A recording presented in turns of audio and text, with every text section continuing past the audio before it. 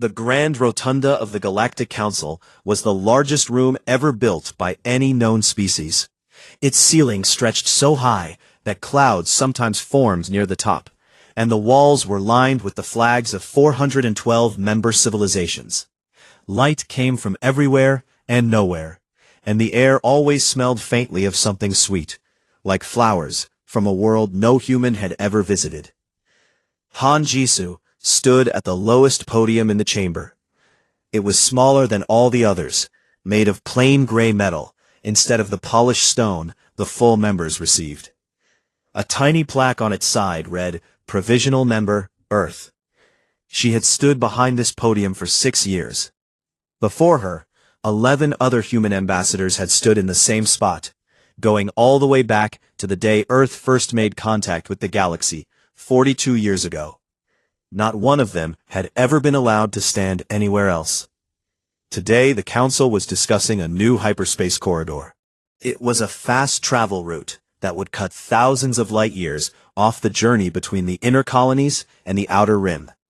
It was also going to pass directly through Earth's sovereign space. Jisoo had not been told about this before the session. No one had asked Earth's opinion. She found out when Speaker Olvin read the proposal aloud to the full chamber as though it were already decided. Olvin was a Marathi, tall and thin, with skin like dark blue glass. He spoke with the slow confidence of someone who had never once been interrupted. His voice filled the rotunda easily. "The corridor will be operational within 2 standard cycles," he said. "Construction drones will begin placement of relay beacons immediately. All member species will benefit from reduced transit times." Jisoo pressed the button on her podium that requested speaking time. Olvin glanced at it the way someone might glance at a fly landing on their food. "The representative from Earth wishes to speak," Olvin said. He did not hide his disinterest. Jisoo leaned into the microphone. "Thank you, Speaker. Earth would like to formally object to the proposed corridor. The planned route passes through our recognized territorial space. Under Section 14 of the Sovereignty Provisions, any infrastructure project within a member species territory requires prior consultation and consent. Earth was not consulted." The silence lasted about 2 seconds. Then the laughter started. It came from the upper tiers first, where the oldest and most powerful species sat. The Buri delegation, led by Trade Lord Fennec, laughed the loudest. Fennec was short and round, with golden fur and small black eyes that always looked like they were calculating something. He leaned over to the delegate beside him and said, loudly enough for the microphones to catch, "The little ones think they have territory." More laughter followed. It spread across the chamber like a wave. War Marshal Dukkha of the Tassari Dominion did not laugh. He simply looked down at Jisoo from his high podium with an expression of pure contempt. Dukkha was enormous, even by Tassari standards, with armored skin the color of iron. He spoke without requesting permission. Perhaps the humans should focus on learning to build ships that do not fall apart before they lecture this council on sovereignty. The laughter doubled. Some delegates stamped their feet or made sounds that Jisoo's translator could only describe as amusement, hostile. Jisoo did not move. She did not look away. She waited until the noise died down, and then she spoke again, her voice perfectly level. "Earth's objection is formally entered into the record. We request that it be preserved in full." Speaker Olvin smiled. It was the kind of smile that was worse than an insult. "Your objection is noted and irrelevant, Ambassador. That is the privilege of your provisional status. The motion carries. This session is concluded." The chamber began to empty. 412 species filed out through their designated exits, talking among themselves, already forgetting the moment. To them, it was nothing. A small species had made noise, and the noise had been ignored. It happened all the time. Jisoo gathered her documents. Her hands were steady. Her face showed nothing. She walked out through the narrow corridor, reserved for provisional members. It was not well lit, and the floor was not as clean as the main hallways. She had walked it hundreds of times. When she was alone, she pulled out a secure communication device. It was small, no bigger than her thumb, and it connected to only one frequency in the entire galaxy. She pressed her thumb to the surface and waited. Admiral Yoon Taek answered in less than 3 seconds. His voice was calm, the way it always was, like a lake with no wind. Ambassador. They laughed, Jisoo said. Just that. No anger, no sadness, just a fact. There was a pause on the other end. Then Taek said, Understood. Iron Dawn? Iron Dawn, Jisoo confirmed. The line went dead. 8,000 light-years away, on Earth, deep inside a mountain, in a place that did not appear on any map, a screen lit up in front of Shinunji. She was sitting in a room full of people, who had been waiting for this signal for a very long time. Some of them had spent their entire careers preparing for it. Unji read the code on her screen 3 times to make sure. Then she turned to her team. We are live, she said quietly. Everything goes tonight. No one cheered. No one celebrated. They simply turned to their stations and began to work. There was too much to do, and not enough time to waste on feelings. That evening, the Galactic News Network ran a small headline across its ticker. Earth Ambassador exits Council session early. No further comment from human delegation. It appeared between a story about a new restaurant on the Marathi homeworld and a sports update from the outer colonies. No one paid attention. No one thought it mattered. The crisis room underneath Seoul was built to survive anything. It sat 300 meters below the surface, wrapped in layers of concrete, steel, and materials that did not have public names. The room itself was simple. A long table, screens on every wall, 40 chairs, all filled. Admiral Yoon Taek stood at the head of the table. He was not a tall man, and he did not have a loud voice. But when he spoke, people listened, because he never wasted a single word. He looked around the room at the assembled admirals, directors, and intelligence chiefs of the United Earth government, and he said, Iron Dawn is active. I will explain what that means. He pressed a button. The screens filled with data. Iron Dawn is not an attack, Taek said. It is a withdrawal, starting at midnight UTC tonight. Earth will terminate every treaty, trade agreement, military pact, technology license, medical supply contract, and diplomatic channel we have signed with any galactic power over the past 42 years. The room was silent. Everyone here had known this day might come. Hearing it spoken aloud was different. Director Kwan Nari stood next. She was a small woman with short hair and glasses that she did not actually need, but wore anyway because she liked them. She was the director of Earth's Interstellar Commerce Bureau, and she knew more about galactic trade than most alien economists. She pulled up her own set of numbers. Let me show you what we are to them, she said. Human-engineered water purification systems currently serve 319 colony worlds across 6 species.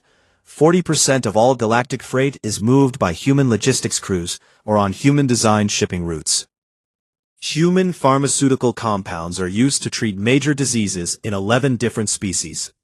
Our encryption protocols protect the banking systems of the Buuri Consortium.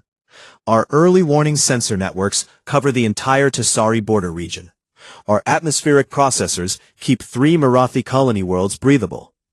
She paused and looked around the room. We gave them all of this at junior species rates. Rates that were set by the Council, not by us.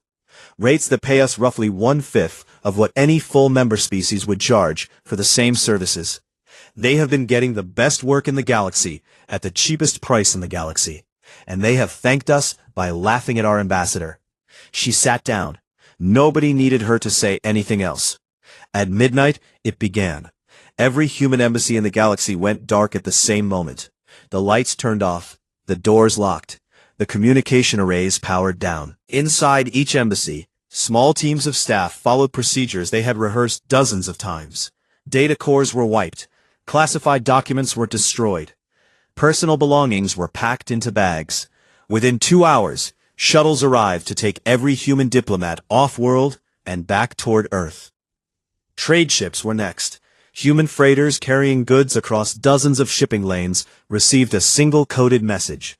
Every captain opened it, read it, and turned their ship around. Cargo pods that were mid-delivery were sealed with encryption codes that only human systems could open. Thousands of them, were left floating in orbit around alien stations, locked tight, useless. On the Buri homeworld, Trade Lord Fennec was pulled from his sleep by his senior advisor. The advisor's golden fur was standing on end, which meant he was terrified. "The humans are gone," he said. Fennec sat up. "What do you mean, gone?" "Their embassy closed. Their trade ships turned around. The freight captains abandoned their contracts. We have 11,000 cargo pods in orbit, and no way to open them. The encryption is human-made. Our best codebreakers say it will take 2 years to crack a single pod." Fennec stared at him. "This is a negotiating trick. They will come back in a day and ask for better terms." "My lord, they wiped their data cores. They destroyed their embassy files. People who are planning to come back do not burn everything behind them." 3,000 light-years away, on the Tisari border, things were worse. The early warning systems that watched for threats from the Outer Rim had been maintained by human technicians for 15 years. When those technicians left, the systems kept running, but error codes began to appear almost immediately. Tisari engineers looked at the code and could not understand it. It was not that the code was hidden. It was that human engineering was simply different from theirs, built on methods they had never bothered to learn, because they had always assumed humans were not smart enough to create anything worth studying. Within 6 hours of midnight, the first emergency messages reached the Galactic Council. Legate Passan of the Reth Communion was the only alien leader who tried to contact the humans directly. He was a quiet being, shaped something like a tall bird with silver feathers and dark, thoughtful eyes. He had always treated Jisoo with respect, even when others did not. He reached her on a private channel. "Ambassador Han," he said carefully, "I must ask, can this be reversed?" Jisoo's face appeared on his screen. She looked tired but calm. "It could have been prevented, Legate. Prevention was cheap. It cost nothing more than basic respect. You all chose a different option." "I did not laugh at you, Ambassador." "No," Jisoo agreed, "but you also did not stop them." Passan had no answer for that. On the orbital station Mugunghwa, high above Earth, Admiral Take watched the reports come in. Human crews evacuated from Marathi colonies. Human medical staff recalled from Reth hospitals. Human engineers leaving Buri shipyards.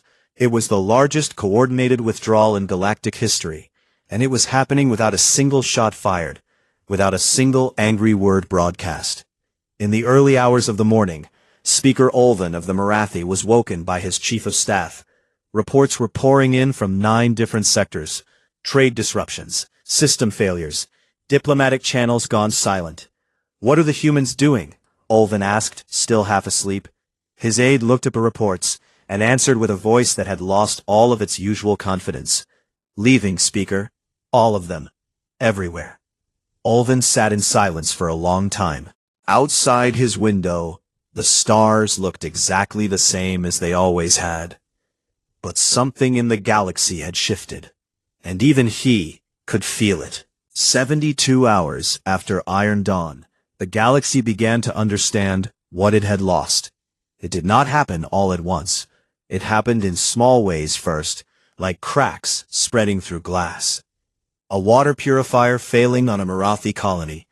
A shipping route with no one to manage it.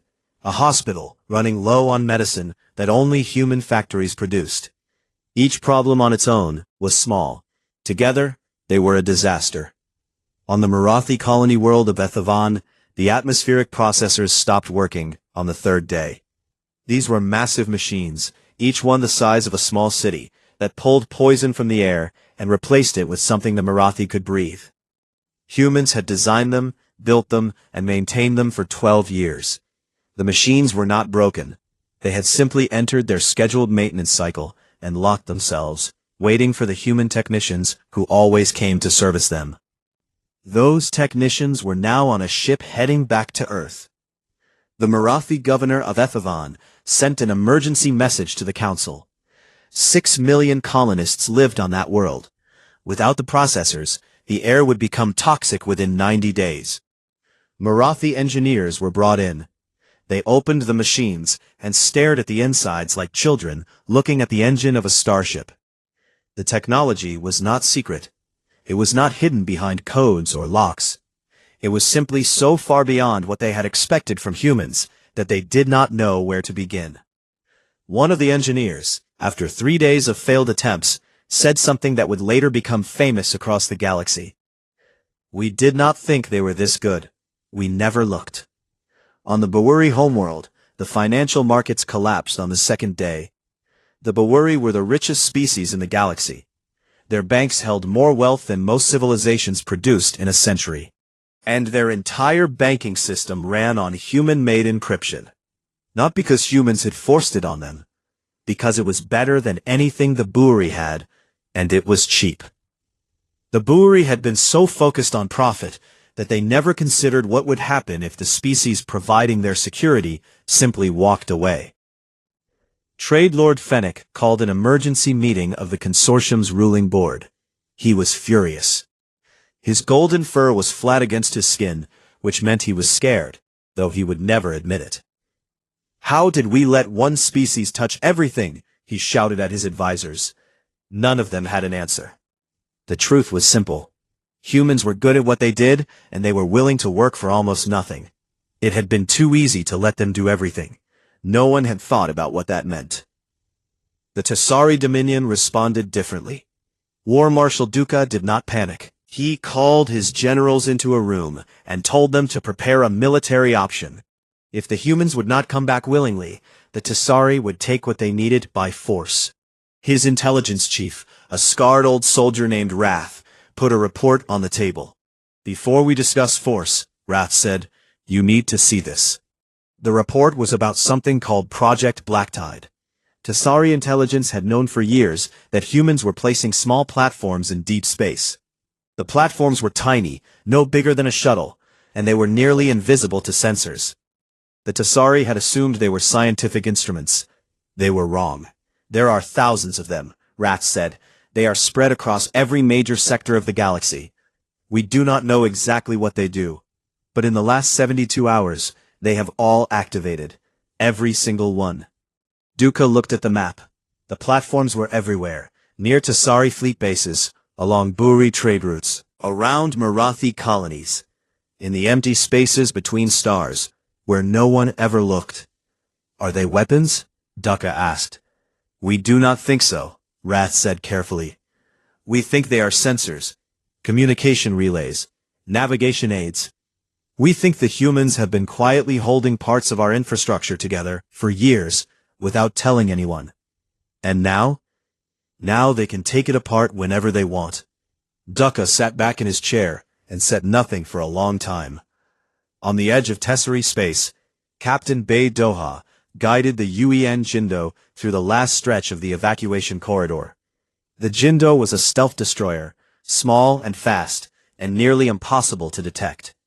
Doha was escorting a convoy of civilian transports carrying the last human families out of Tessari territory. A Tessari patrol fleet moved to block them. 6 warships, each one 20 times the size of the Jindo. Their commander opened a channel and ordered the convoy to stop. Doha answered the call herself. She was a woman of few words, with a calm face and steady hands. "Tessari Patrol, this is Captain Bay Doha of the Yuen Jindo. We are escorting civilians through open space under legal withdrawal protocols. Move aside. You are in Tessari territory. You will surrender your vessels for inspection." Doha did not blink. "You can let us pass, or you can find out what your own stations look like from the inside, when the lights go off." It was not a bluff. 3 Tessari border stations had already lost power for 11 minutes the day before. Humans had built their backup generators. The Tessari commander knew this. He ordered his ships to move aside. The convoy passed without another word. Back on Earth, Shin Unji sat in her control room and watched the Black Tide network on her screens. Thousands of green dots spread across a map of the galaxy, each one a small platform doing its quiet work. She had spent 8 years building this network. Most people on Earth did not know it existed. The aliens certainly did not understand it. The platforms were not weapons. They were something more dangerous. They were proof. Proof that humanity had been holding the galaxy together with invisible hands for decades. And now those hands were pulling away, gently, carefully, letting the galaxy feel every single place where it had leaned on Earth without knowing it. On the Reth homeworld, in a children's hospital, a doctor searched through his supply room for a compound called HPC7. It was a human-made enzyme used to treat a blood disease common in Reth children. The hospital had always received regular shipments from Earth. A last shipment never arrived. The doctor looked at his remaining supply and did the math. He had enough for 9 days.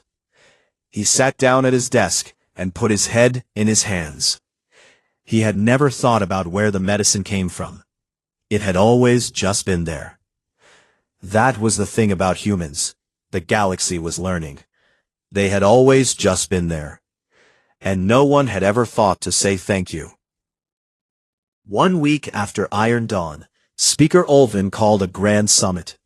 In the entire history of the Galactic Council, a grand summit had been called only 4 times before. Twice for wars that threatened to destroy civilizations. Once for a plague that crossed species barriers. Once for the discovery of a dead galaxy where all life had vanished. Now it was called for the 5th time, and the reason was a single species that had simply stopped helping. The Grand Rotunda was full. Every seat was taken. Delegates who normally sent assistance had come in person. The air in the chamber felt heavy, charged with something between fear and anger. On the screens above the chamber, news tickers showed the damage. Trade losses across the galaxy had passed 12 trillion credits. 2 minor wars had started in sectors where human-maintained peacekeeping systems had gone dark. The Marathi colony of Ethavon had declared an emergency. Buri banks were failing. Speaker Ulvin opened the summit from his high podium. He was dressed in formal robes, his blue glass skin catching the light. He spoke in the slow, careful way he always did. But Jisoo, watching from a screen on Earth, noticed something new in his voice. It was the sound of a man trying very hard to appear calm. This summit has been called to address the unprovoked and hostile withdrawal of the human species from all galactic agreements, Ulvin began. Earth's actions have caused significant harm to member worlds, and must be treated as an act of aggression against the Council itself. A murmur of agreement spread through the chamber. Heads nodded. Fists were pressed against podiums. It felt good to be angry. It felt better than being afraid. Then Legate Posson stood. The Reth diplomat rose from his seat slowly, his silver feathers catching the light. He was not a loud person. He did not shout or wave his arms. He simply stood, and the chamber grew quiet, because Posson was known as the most honest voice in the council, and when he spoke, it usually meant something important. Speaker Ulvin, Posson said, I must correct the record. What Earth has done is not aggression. It is not hostile. It is not even unusual. Every treaty Earth signed contained a legal withdrawal clause. These clauses were written by this council, not by humans. The notice periods required for withdrawal were set by this council. They were made deliberately short, because, and I quote from the original council records, the provisional member species is unlikely to ever invoke these provisions. He paused to let that sink in. Earth followed every procedure, every notice period, every legal requirement. They did not break a single law. What they did was something we never imagined they would do. They used the rules we wrote against us. And we are angry, not because they did something wrong, but because we are suffering the consequences of our own arrogance.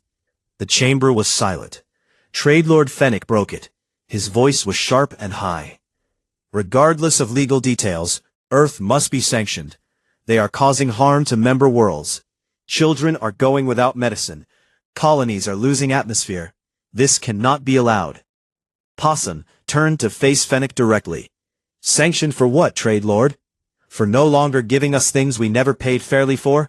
For refusing to continue working at rates that your consortium set specifically to exploit their junior status? Shall we sanction them for the crime of having dignity? Fennec opened his mouth, Nothing came out. He closed it again. War Marshal Ducka spoke next. He did not stand. He simply spoke from his seat, his deep voice filling the chamber without effort. I am not interested in legal arguments. I am interested in solutions. I propose a military response. We take what we need. His own general, Wrath, stepped forward and activated a display. The map of the galaxy appeared above the chamber, and on it, thousands of small red dots. These are the Black Tide platforms, Wrath said.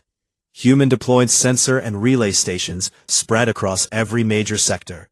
They activated 1 week ago. They have not done anything hostile, but our analysts have concluded that these platforms have been mapping every fleet movement, every defense gap, every supply line, and every communication channel in the galaxy for approximately 20 years. The chamber went very still. If humanity wanted to wage war, Wrath continued, they would not need to fire a single weapon. They could sell this data to any faction's enemies. They could shut down navigation in entire sectors. They could blind our early warning systems. They have not done any of these things, but they could. Ducka looked at Wrath. Then he looked at the map. Then he sat back and said nothing more about military options. Speaker Alvin, sensing the shift in the room, made a decision he clearly did not want to make. The Council invites Ambassador Han Ji-soo of Earth to address this summit. The main doors of the rotunda opened. Ji-soo walked in alone. She wore a simple dark suit. No jewelry, no symbols of rank. She walked past the provisional member podium without looking at it, and continued to the center of the main floor, where full members stood to address the council. No one stopped her. No one said a word. She stood in the center of the largest room in the galaxy, and looked up at 412 species looking down at her. 42 years ago, she began, her voice quiet but clear. Earth reached the stars, and found that we were not alone. We were overjoyed. We came to this council with open hands. We offered everything we had. Our technology, our labor, our medicine, our creativity. We asked for one thing in return. To be treated as equals. She paused. You said no. You said we were too young, too small, too primitive. You gave us a provisional status that was meant to be temporary, and then made sure it never changed. And while you kept us in the lowest seat in this chamber, you took everything we offered. You let us build your water systems, run your shipping lanes, protect your borders, and heal your sick. You let us do all of this because we were cheap, and because we were good at it, and because it never occurred to you that the species standing at the smallest podium might be the one holding everything together. She looked directly at Alvin. You told us we were small. You were right. We are a single species from a single world. But you built your house on our back, Speaker. You built it on our back, and never once looked down to see what was holding it up. She took a breath. We are not asking for war. We are not asking for revenge. We are simply standing up. And your house has no foundation without us. She turned and walked out. No questions. No negotiation. No looking back. The chamber sat in silence for a long time. Finally, War Marshal Ducka leaned toward Posson, who sat nearby, and spoke in a voice low enough that only the legate could hear. I was wrong about them, Ducka said. That is the most dangerous kind of enemy, one that does not need to fight. Posson nodded slowly. They are not our enemy, War Marshal. That is what makes this so much worse. They were our friends, and we treated them like servants. 3 weeks after Iron Dawn, the galaxy came to Earth. It was a thing that had never happened before. In the entire history of interstellar diplomacy, senior alien leaders had never visited a provisional member world. There had never been a reason to. Provisional members came to the council, not the other way around. They waited in the small corridors and stood at the low podiums and accepted whatever was offered to them. That was how it had always worked. But the galaxy was falling apart, and the ones who could fix it were not coming to the council anymore. So the council had to go to them. Speaker Alvin traveled to Earth personally. It took him 4 days by fast courier, and during those 4 days, 3 more Buri banks collapsed. The Tasari lost contact with an entire border sector when a human-maintained relay network shut down, and the Marathi colony of Ethavan began rationing breathable air. Ulvin spent most of the journey staring out the window at the stars, saying nothing to his staff. Trade Lord Fennec came because his consortium was bleeding money so fast that his own board had threatened to remove him if he did not fix this. War Marshal Dukkha came because his generals told him plainly that the Tasari military could not function without the systems humans had built for them, and that fighting Earth would be like punching the only doctor in the room. Legate Pawson came because he was the closest thing the humans had to a friend among the council species, and because he felt he owed it to them to be present. They landed in the city of Busan, on the southern coast of the Korean peninsula. Earth had chosen the location carefully. It was not the capital. It was not a military base. It was a port city, beautiful and ordinary, with mountains on one side and the sea on the other. The message was clear. Earth was not trying to impress anyone. This was simply home. The meeting was held in a conference room overlooking the harbor. The room was clean and bright, with large windows and a simple wooden table. There were no flags, no ceremonial objects, no displays of power. Just chairs, water, and daylight. On one side of the table sat the alien delegation. Speaker Ulvin, tall and rigid in his formal robes. Fennec, his golden fur groomed perfectly, his small eyes darting around the room. Dukkha, massive and silent, his iron-colored armor reflecting the sunlight. Pawson, calm as always, his silver feathers folded neatly against his body. On the other side sat 3 humans. Admiral Yoon Tak, in a plain Navy uniform. Director Kwan Nari, in a gray suit with her unnecessary glasses. And Ambassador Han Jisoo, who looked like she had finally slept for the first time in 3 weeks. He had prepared a formal offer, and he read it from a document with the careful precision of someone who was not used to giving things away. Full council membership for Earth. A formal apology for the provisional status that had lasted 4 decades. Restoration of all previous agreements under improved terms. He slid the document across the table. Jisoo picked it up, read it slowly, and then slid it back. "This is what you should have given us 40 years ago," she said. "We are past that now." Ulvin's blue glass skin seemed to darken slightly. "And what does Earth want?" Nari opened a thin folder and laid out 5 pages. She explained each one in the same calm, factual tone she used for everything, as if she were reading a grocery list instead of reshaping the political order of the galaxy. First, full membership with permanent standing on the Security Council. No more provisional status for any species. Ever. The system that had been used to keep Earth and others beneath the older civilizations would be dismantled completely. Second, fair market compensation for all human-provided services, going back 5 years. Every water purifier, every shipping route, every medical compound, every line of encryption code, all of it repriced at the rates any full member species would have charged. Third, a Galactic Infrastructure Transparency Act. Every species' contributions to the common systems of the galaxy would be documented, made public, and fairly compensated. Never again would one civilization quietly hold everything together, while being treated as if it contributed nothing. Fourth, the Black Tide Network would remain active. It would operate as an independent monitoring system, run by humanity, answering to no single faction.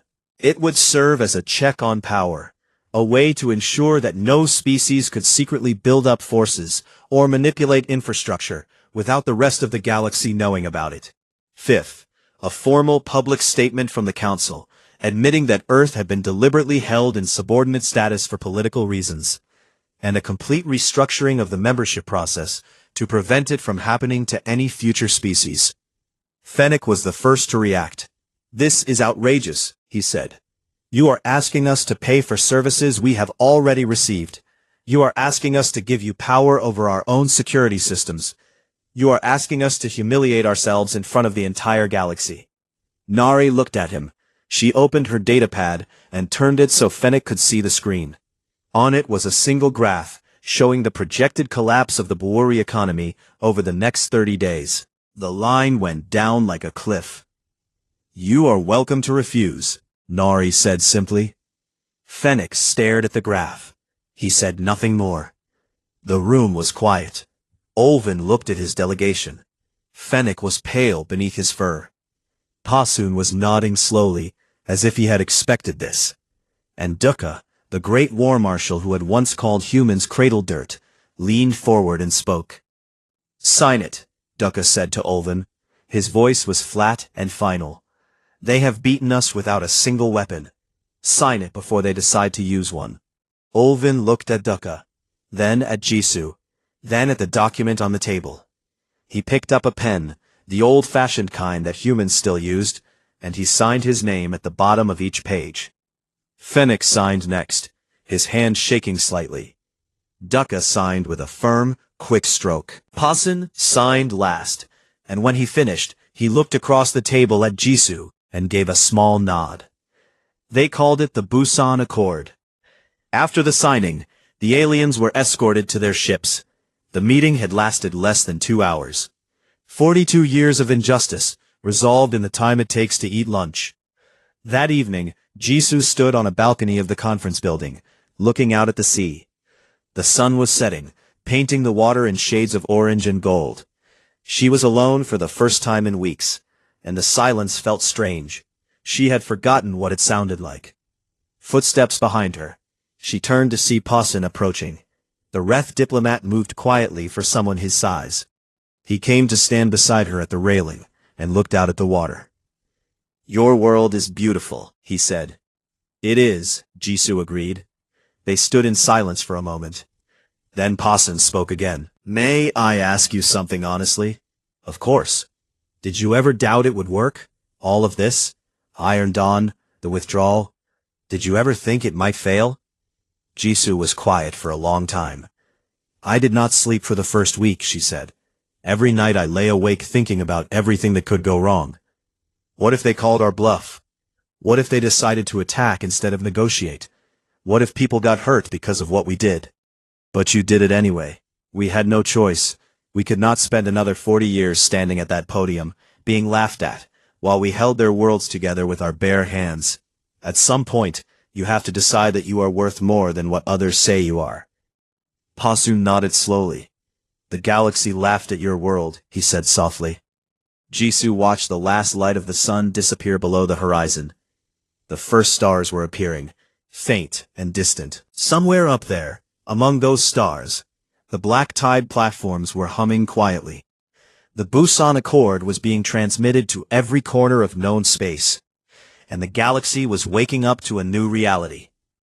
"The galaxy can laugh all it wants," she said. "We were never performing for them." The next morning, the Galactic News Network ran its lead story. It was not buried between restaurant reviews and sports scores this time. It filled every screen on every world. The species once ranked last among council members has, in 21 days, reshaped the political order of the known galaxy. The Busan Accord, signed on the human homeworld of Earth, grants humanity full membership, Security Council standing, and retroactive compensation for decades of service. When asked for comment, Earth's ambassador offered only 2 words: